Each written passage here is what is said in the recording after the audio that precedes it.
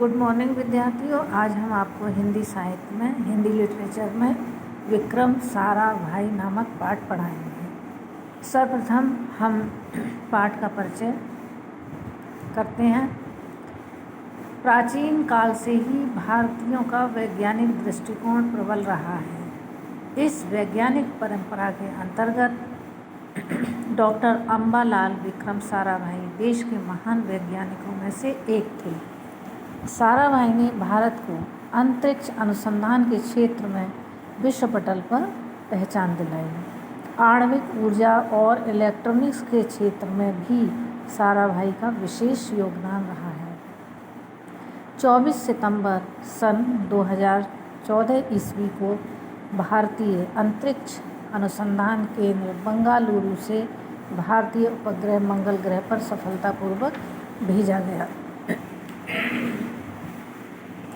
आधुनिक भारत के प्रमुख वैज्ञानिकों में डॉक्टर विक्रम साराभाई का महत्वपूर्ण स्थान है। वे बहुमुखी प्रतिभा के व्यक्ति थे। असाधारण ज्ञान यानी कि विभिन्न क्षेत्रों में उनको असाधारण ज्ञान था। वे उच्च कोटि के वैज्ञानिक और कुशल प्रशासक थे। उन्होंने प्रौद्योगिकी और शिक्षा के क्षेत्र में भी महत्वपूर्ण कार्य किए हैं। अपनी बहुमुखी प्रतिभा के कारण विक्रम साराभाई अनेक राष्ट्रीय और अंतर्राष्ट्रीय संस्थाओं से जुड़े रहे हैं। वे अनेक उच्च पदों का दायित्व बड़ी कुशलता से निभाते रहे। विक्रम साराभाई का कार्य क्षेत्र प्रौद्योगिकी तक ही सीमित नहीं था, वरन शिक्षा और उद्योग तक में था। उनमें एक महान शिक्षाविद और शिक्षक के गुण विद्यमान थे। विज्ञान की शिक्षा में नवीनीकरण तथा नए प्रयोगों के लिए वे सतत प्रयत्नशील रहते थे। सतत माने लगातार प्रयास करते रहते थे। सतत का अर्थ है लगातार। प्रयत्नशील रहते थे, प्रयास करते रहते थे। वे लगातार प्रयास करते रहते थे। विक्रम साराभाई का जन्म गुजरात प्रदेश के अहमदाबाद जिले में सन 1919 में हुआ था। उनके पिता का नाम श्री अम्बालाल साराभाई था।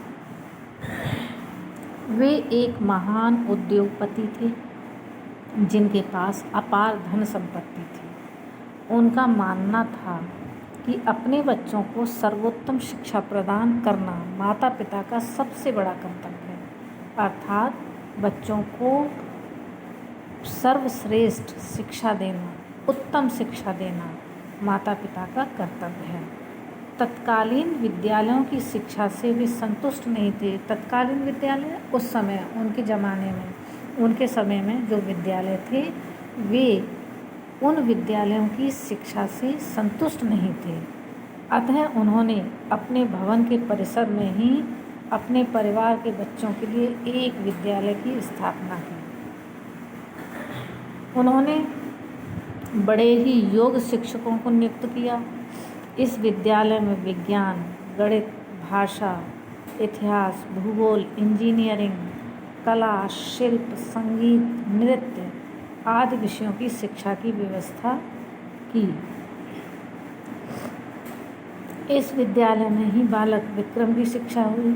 इस विद्यालय में बच्चों की रचनात्मक प्रतिभा को पूर्ण रूप से विकसित करने का अवसर प्रदान किया जाता था।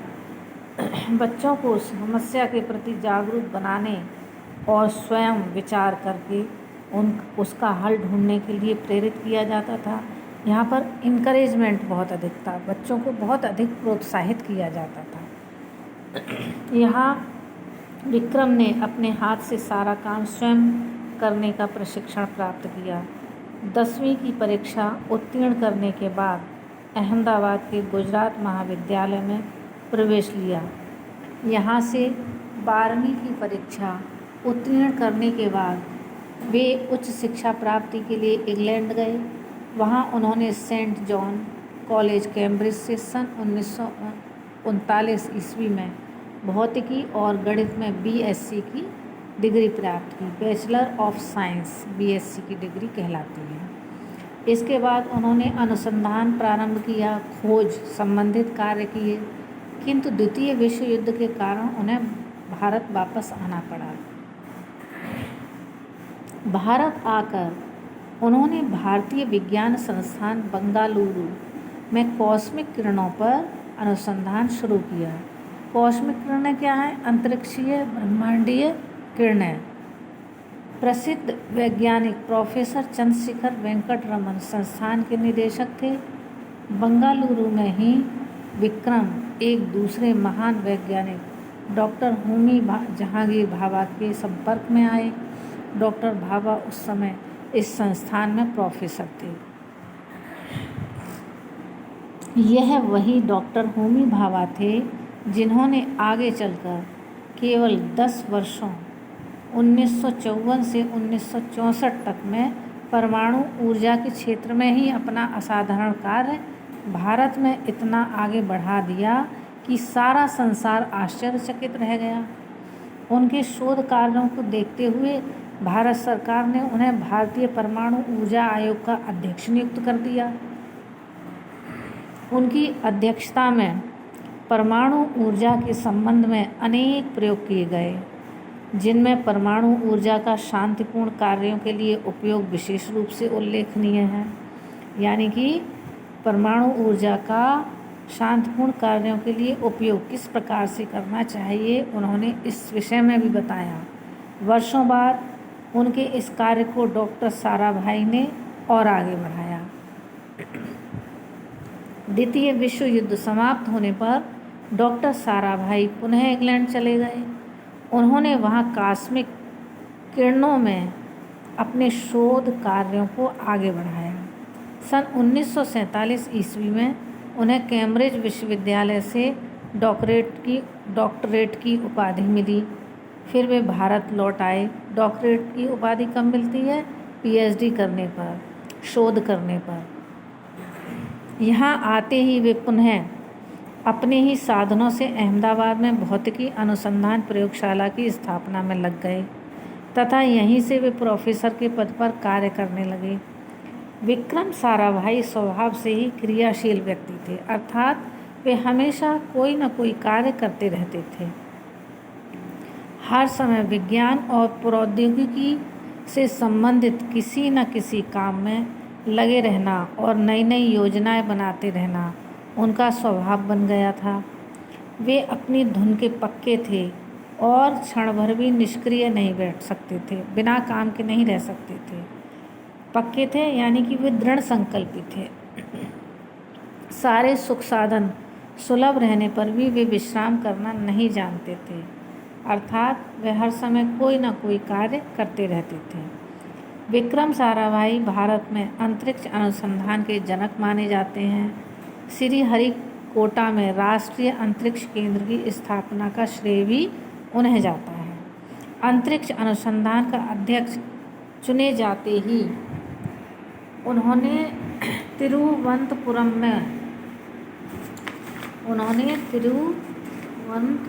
से 10 किमी दूर थुम्बा में रॉकेट प्रक्षेपण केंद्र की स्थापना की।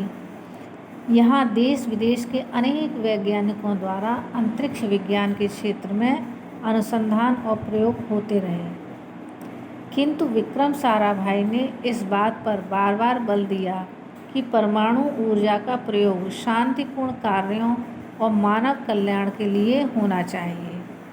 विज्ञान निर्माण और उत्थान का साधन है, विनाश और पतन का नहीं। अर्थात उन्होंने इस बात पर बल दिया कि विज्ञान के द्वारा हमें सृजन करना चाहिए, निर्माण करना चाहिए, उन्नति करना चाहिए। विश्व के सभी देशों को इस दिशा में काम करना चाहिए। डॉक्टर साराभाई विज्ञान की शिक्षा में सुधार लाने के लिए भी सक्रिय रहे, निरंतर प्रयास करते रहे। प्रारंभ से ही वे अहमदाबाद की शिक्षा संस्थाओं से जुड़े थे। राष्ट्रीय विज्ञान परिषद की स्थापना में उनका विशेष योगदान था। उनका जीवन एक वैज्ञानिक और विज्ञान शिक्षक के रूप में प्रारंभ हुआ। उनका मूल स्वभाव शिक्षक का था। उनके विचार में शिक्षा में नवीनीकरण और नवाचार के साथ साथ नए प्रयोगों की नितांत आवश्यकता है, अत्यंत आवश्यकता है, उन्होंने यह बताया। इन विचारों को कार्य रूप में परिणत करने के लिए अर्थात कार्य रूप में परिवर्तित करने के लिए, बदलने के लिए उन्होंने अहमदाबाद में सामुदायिक विकास केंद्र की स्थापना की। इस केंद्र के 2 उद्देश्य थे। ये उद्देश्य क्या थे, आइए इनके बारे में जानकारी प्राप्त करते हैं। पहला उद्देश्य था शिक्षार्थी किसके लिए शब्द आया यहाँ पर, विद्यार्थियों के लिए, जो शिक्षा प्राप्त करते हैं वे शिक्षार्थी कहलाते हैं। शिक्षार्थियों, शिक्षकों तथा जन सामान्य में विज्ञान के प्रति रुचि पैदा करना और उनके लिए समुचित कार्यक्रम विकसित करना। दूसरा उद्देश्य क्या था, सभी शैक्षिक स्तरों पर विज्ञान और गणित की शिक्षा में सुधार लाना। ये 2 प्रमुख उद्देश्य थे। पहला विज्ञान के प्रति रुचि पैदा करना और दूसरा विज्ञान और गणित की शिक्षा में सुधार लाना।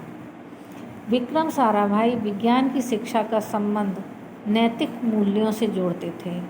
उनका कहना था कि लोगों को विज्ञान की शिक्षा द्वारा ऐसे अनुभव प्रदान किए जाने चाहिए जिनसे नैतिक मूल्य व्यक्ति के जीवन और स्वभाव के अभिन्न अंग बन जाएं।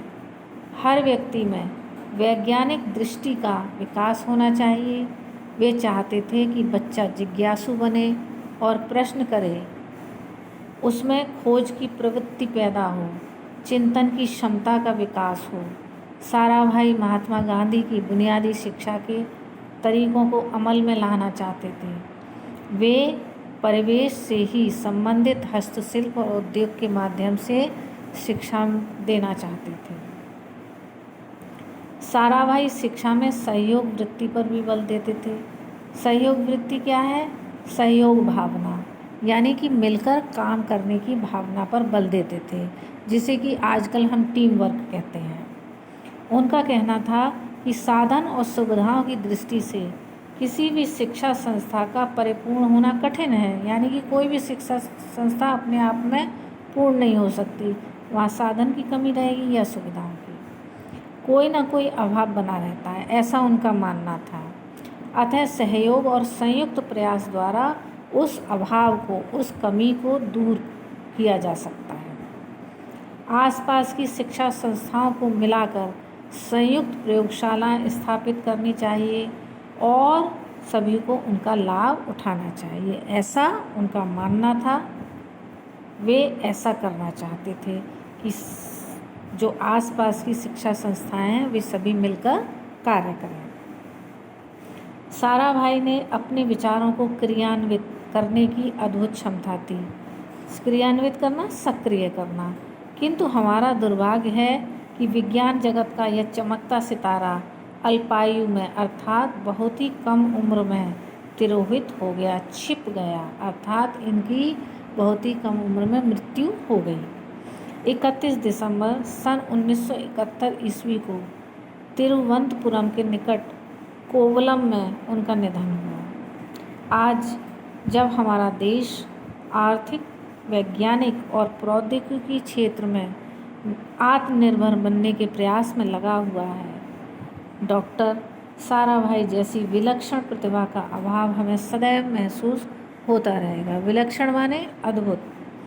तो इस पाठ के द्वारा यह शिक्षा दी गई है कि सही शिक्षा और सही मार्गदर्शन मनुष्य को विलक्षण प्रतिभा संपन्न बनाता है। अर्थात यदि किसी भी व्यक्ति को सही शिक्षा मिले और सही मार्गदर्शन मिले तो वह चमत्कारिक कार्य कर सकता है, अद्भुत कार्य कर सकता है। यह पाठ आपका यहीं समाप्त होता है। आप सभी इस पाठ को घर पर एक बार पुनः पढ़ेंगे और पाठ में दिए गए कठिन शब्द अर्थात शब्द अर्थ तैयार करेंगे। शब्द अर्थ आपके पेज नंबर 49 पर दिए गए हैं। धन्यवाद विद्यार्थियों। एक बार पुनः मैं आपसे कहना चाहती हूँ, पाठ आप अच्छी प्रकार से पढ़िए। जब हम अगली कक्षा में मिलेंगे तो आपको कठिन शब्द और प्रश्नोत्तर बताएंगे।